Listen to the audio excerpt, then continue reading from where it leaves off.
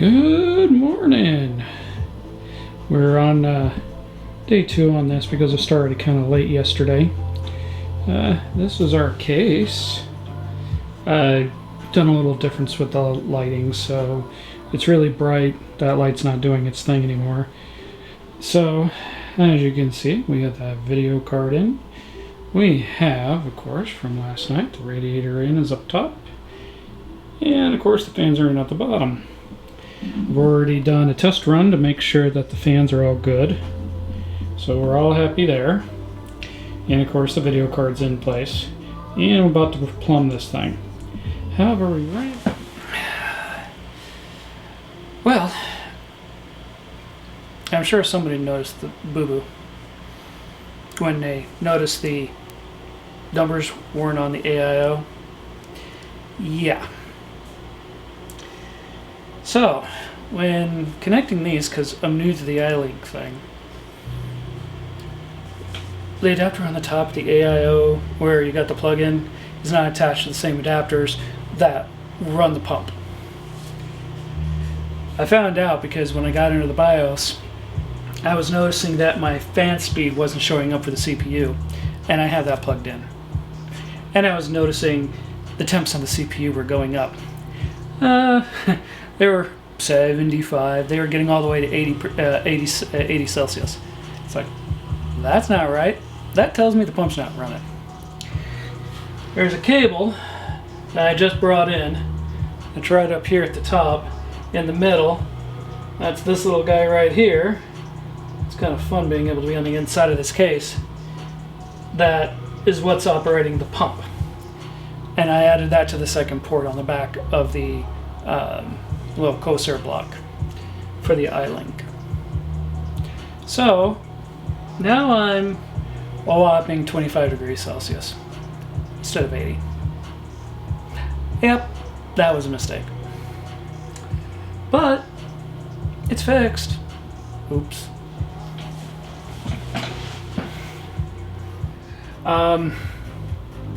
It's up and running. OS is installed. And I just ran the 3D Mark benchmark on the TimeSpy Extreme, which I've also used on the big rig behind me. Got this one, the bigger one, back over there, which I think can be seen in the picture a bit. The results are kind of expected. The computer in the back is a Ryzen 9 7950X with an NVIDIA 4090 in it. Same amount of RAM. Beyond that, but roughly, you got other pieces in there. So I would expect that computer's going to blow the crap out of this one by a good amount with that 7950X in there and the 4090 sitting in it. And this is a slim, so this is actually the 4080 Super Slim. So it does have a little bit of slowness to it. Overall, though, the marks are really good. I haven't kicked in Cyberpunk or any of the games in here yet. All the thing I did was install 3D Mark and see how it handled it. Handled it like a charm. I haven't tried this CPU yet. Now I know kind of how it operates. We're looking at the marks. This computer here is on average about 40% less performance than the rig behind me, which is expected considering the parts are a lot smaller, a lot different than this one. So that means that you're looking at 40% on the overall score. Not a surprise. The graphics was about 38%. That's not too much of a surprise. So the frames definitely dropped. So I'm going to be very curious in how this thing does in Cyberpunk on its benchmark and see if it can hold. The better part with this testing using the 3D Mark is they automatically control the size of your benchmarking to the same screen for everybody, which makes a difference because that rig happens to be sitting on 2 monitors, one of them being a Samsung G9 49-inch, so you're talking a super ultra wide 2K, just shy off of 4K for the amount of pixels that are in the damn thing. So you're not going to get perfect marks if you like try and match Cyberpunk more or less, because this thing on a 1080p little TV is going to have a lot better performance than that thing with the 2K. However, in this case, we'll see what happens. Otherwise, I'm very happy with the computer in terms of performance-wise. It's what I expected. It didn't need to be the raw power that thing was. It is going to be a gaming rig, not a dead-on performance rig. And even with games, this is more than enough in order for me to play. As a matter of fact, when you look at it, and it's a roundabout, but it is considered much higher than typical gaming PC. So it is considered a high-end gaming PC, which is good. That's what it's supposed to be, which is will hold up pretty good on.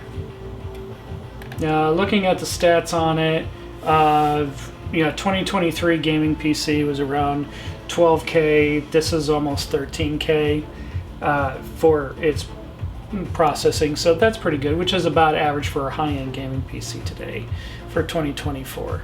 Of course, it's going to change in the next couple months because we've got the new Ryzen CPUs coming out. We also have new NVIDIA cards. The 5000 series will be showing up shortly.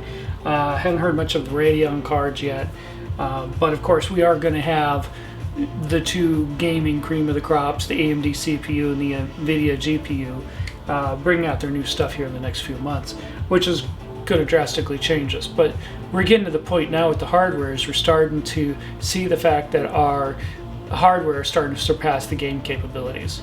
Now, fortunately, the Unreal Engine 5 has pushed the limits now, and thus we're seeing things a little bit better. We're making use of our hardware. So we'll see what ends up happening. And yes, I know I said so many times, and I know a friend of mine would be checking off marks like there's no tomorrow.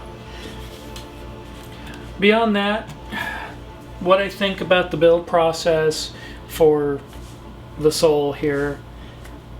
One, missing pieces, not good. That part I don't like. The thing being opened up is cool looking, but it's hard to hide a lot of the mess. I would definitely say if you're trying to do it for perfect aesthetics, it would be a good time to take a trip to like Cable Mods or something and get some better cables and cable management for this. I would even go to the point where in the bottom of this, considering there's no cooling in here, that I would make a cover down here that would pretty much hide what's at the bottom. That would make this thing pretty nice. And I do have some stuff up there, but that's because I'm using the wireless on the computer, which works very well. I'm very happy with that. One thing I noticed, especially when I was looking at the results between the two systems, and the results I have from that system is a while back. It's a good probably 5 months old, or even longer. I think it was November of last year when the power supply blew in the big rig back there. And one of the things I'm noticing between the two systems, the overall testing and the overall operation between the two, this thing is cooler by a lot. We're talking 10 degrees plus cooler than the rig over there. Just idling that rig holds a higher temp than this one by a lot. If I go take a look at that one, I'm thinking it's averaging right around 50 Celsius. And this one here, I don't think is even coming close. If you take a look even at just the marker here, the water is only at 32 degrees Celsius. Looking at the package on the Ryzen itself, it's 40 degrees Celsius. It's 10 degrees colder than what my other rig is. Part of that, I believe, is the open case design allows it to flow better. The other part is I believe that I have the airflow in the other case set up wrong, and I've been looking at possibly fixing that. I haven't pushed on it very heavily yet, but I'm starting to notice just by looking at this that I have a lot more that I can do to that other case. Because one of the things I noticed with the other case is that it's not performing as I would expect it to do with other ones in its same realm. And I believe it's because it's being throttled by the thermals right at 95 degrees, and that's because I don't have the cooling configured properly in the case, which is probably true. In this case, the flow of air comes in here, and then these actually push the air out the top, which in my eyes is not the most best way of doing it, because you're going to miss basically everything over here. However, in this particular case, being an open system as it is, it really doesn't matter. It's kind of chilly in this room, so it doesn't run into the problem. The other case, however, I have the flow in. I have another fans on the side here that bring air in this way, and then the radiator is also bringing air in. So I'm basically getting this massive amount of pressure on the inside. Now, the glass is open on the sides, just like it is on this, but it's a lot more enclosed than this thing is. And I have one 120 millimeter fan trying to blow air out the back. I also have the video card pretty close to the power supply, which is blowing hot air up. This thing here, that's not going to happen. The hot air is actually going to go down under the case, because the power supply actually had to be put in this way. And the video card has a whole bunch of space there. So overall, when it comes to the open air design of this case, at this point, it's doing a lot better than my view, my Thermatank view. Now, let's give the credit that the Thermatank view was designed for an extreme gamer putting liquid cooling in the case. This thing is actually designed to be opened, and there are people that liquid cool it, but it works just as well being air cooled than liquid cooled.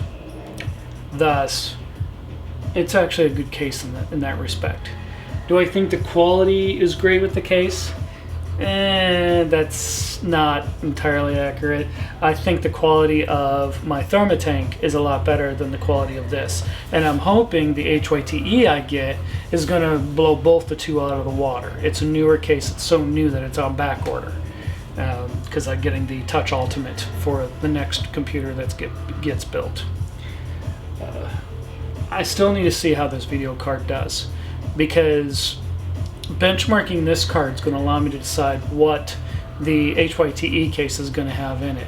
If this card can hold up to what I want to do in terms of, especially cranking everything up on Cyberpunk on a super ultra wide, and it can keep the frames the way that I want them, then I'll keep the 3080 and just overclock it, which is kind of the intention when you're going to go extreme liquid cooling.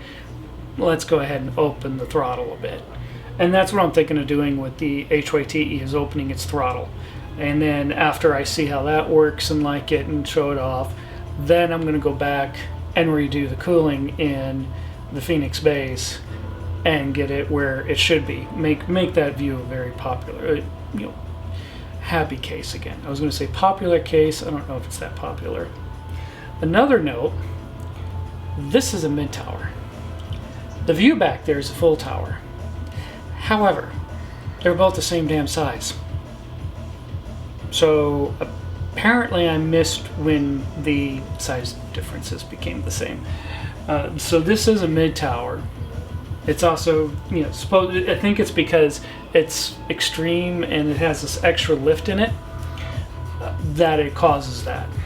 One of the other caveats that I found with this case and the equipment in it, it's top heavy. Having the radiator up top, plus all this here, there's not much weight at the bottom of the case. It's very top heavy, and it's thin. It's not really that thick, so you can feel it a bit, but it is top heavy. I don't think it's going to stop anything. I think it's a pretty good case. Do I think it's worth the $400? Not really. I think I paid too much for it, especially when it's missing pieces that I'm still waiting on. I'm hoping I'll hear this week from Antec about the missing piece I have on here. I did find that some of this metal is flimsy. Not only that, you would have thought it was steel. The entire case is aluminum, which meant even the Corsair little commanders which have the magnets in them, that don't even work. I had still used double-sided tape to mount them to the case, which would have been nice if I could have just used the magnetics and been done. However, it worked well.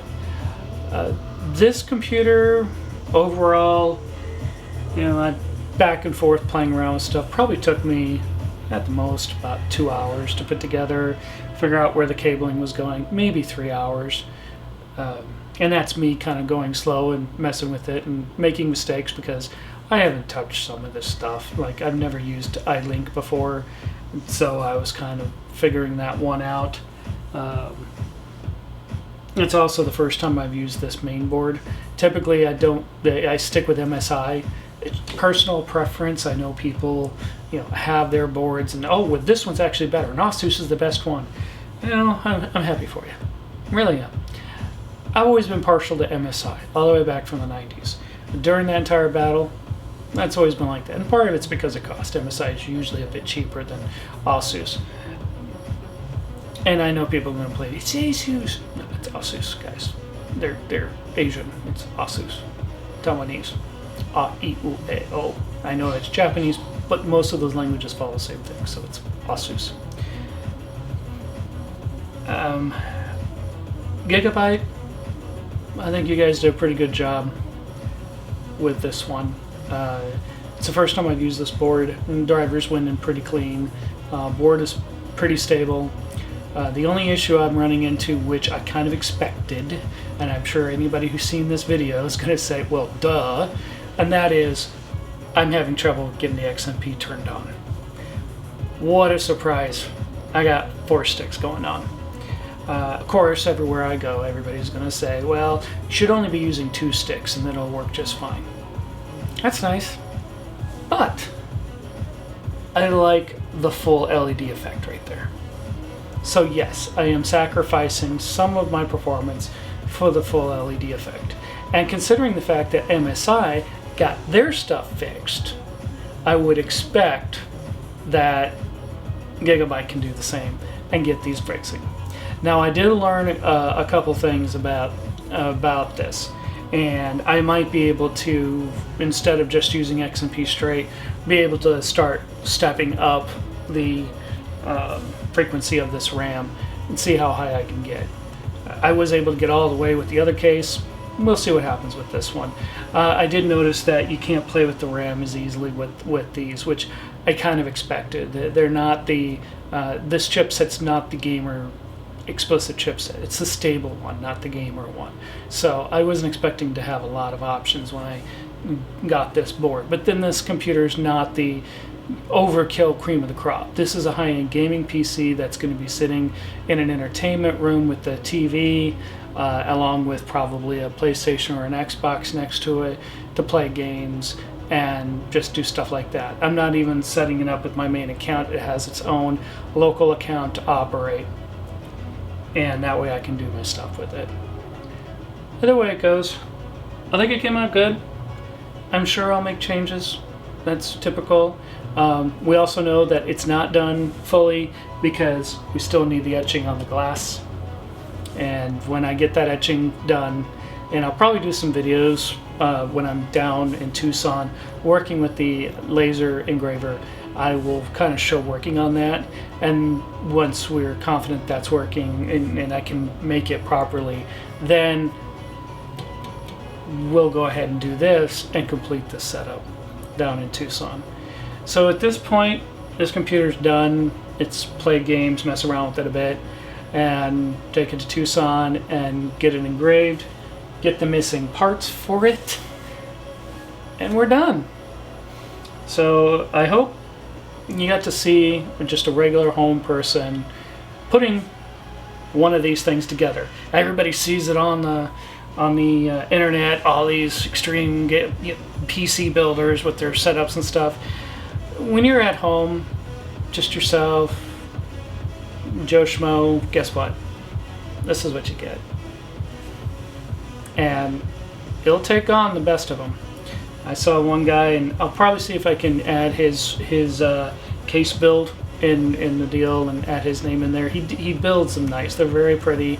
He does custom custom 3D stuff on his cases, and I think they're awesome. I think the way that he does them are nice.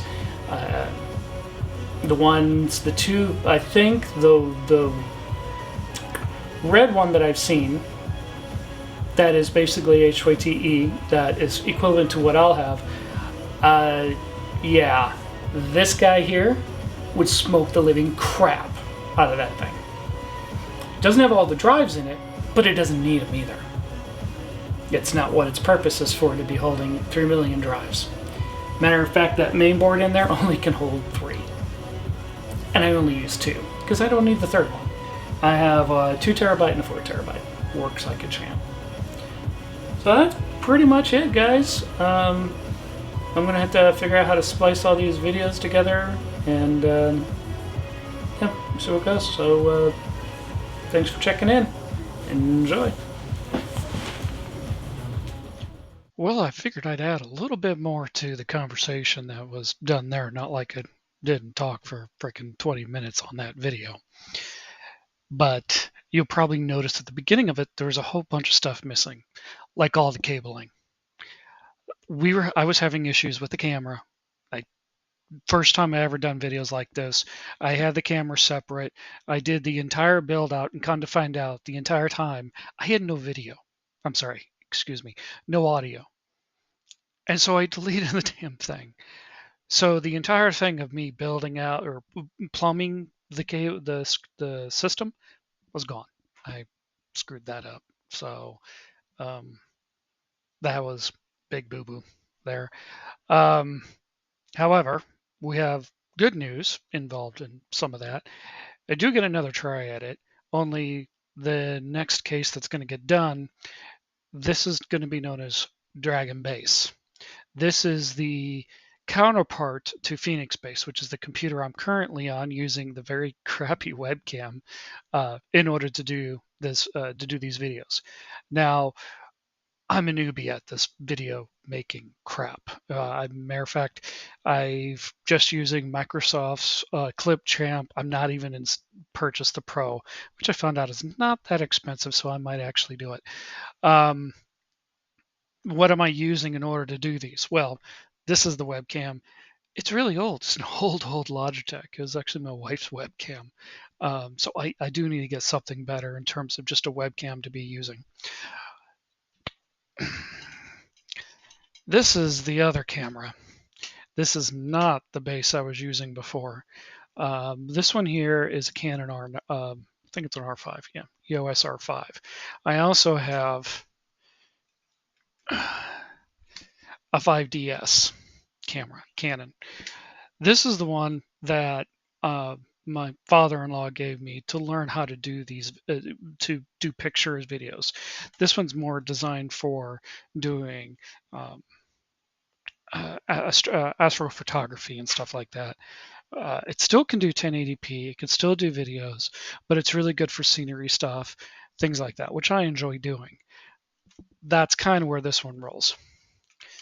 This is essentially the backup to that, but this one's also the one used for doing the videos and such. And all the videos that you just saw that I was doing, I was using this guy for, because this one here won't overheat. Using 1080p, it can actually do 4K. I'm going to keep trying to do these using this. I just thought it was just quick to use the, as soon as I put this back over here, to use the webcam for this particular conversation. And yes, I'm wearing my headset. I actually tried using a boom mic that I had on the camera. I've seen some people using them in their YouTube feeds and stuff like that, and I thought maybe this might be able to help to do it. Not as much as I was hoping. What I'm going to intend to do on the next feed, one of them, is I will be using the headset with the mic because I know it's clear. These are SteelSeries, so they're for gaming and such, but they're extremely clear, and I'm a little bit easier to hear. I'm also going to be using the camera, but instead of using it like a camera and trying to do videos and not having matching, um, I do have the ability to put this thing on the computer as a webcam. I don't really have a spot while it's on my desk here because the darn thing is gargantuan. I mean, the thing's standing this freaking tall on me. I don't have a small spot for that camera to go. So I won't be doing it that way. But when I'm working off the table, which will be happening with the new system that I'm building out, this camera will be used and attached to the computer, and I'll be able to track it that way. So I won't be talking as much. When I'm actually doing the builds, you'll actually get to see the main boards. You'll get to see all the pieces get put in. The videos will be spliced a little differently. The process will take longer, but it will look really short because essentially I'm going to go ahead and kind of build things in pieces. The biggest reason why this build is going to be a lot different than the other one is because this is the liquid cooling monster. Which means I have to mess with the tubing, and I'm not an expert at that by any means. I tried doing that with Phoenix Base a year and a half ago when I liquid cooled it. I had a single loop for the processor to do liquid cool this thing, and it was great. It worked really well. And then the power supply blew up. It took out the pump, it took out the fan controllers, it took out the fans and the main board. Surprisingly, the video card survived that issue, the RAM survived, and the drive survived. And so did the processor. But the main board and everything else went. I had to buy all new equipment. And of course, I need this thing up because I work off of it. So I needed it up ASAP. It took me about 48 hours. I had the computer back up with an AIO and stuff. So it was quickly thrown together. It's been running that way ever since. Still benchmarks good, still great, but I'm actually getting in the idea of why don't we try overclocking these things? And I've done so. Um, Phoenix Base is overclocked now. Same thing with the Soul. The Soul is now overclocked. I got into that when I found out how well the Soul was staying cool. So I decided, hey, why not overclock Phoenix Base? And I did, and it works. But I can do more if I can get the cooling down. That's what's going to happen with Dragon Base. Dragon Base, which is a HYTE HY70 Touch Ultimate. The case just showed up yesterday. Matter of fact, everything needed just showed up yesterday, including another MSI Gaming X Trio 4090, which is the twin to the one that's currently in Phoenix Base. The difference with that one is I have a liquid cooling block for it. So I will be tearing apart a $1,800 freaking video card to put a water block on it. Wanted to update that so you guys kind of know what's going on. And I do apologize. This did not properly complete the way it was supposed to. So here's hoping that I get the next one right. I'll get a little bit more time on it. Thank you very much.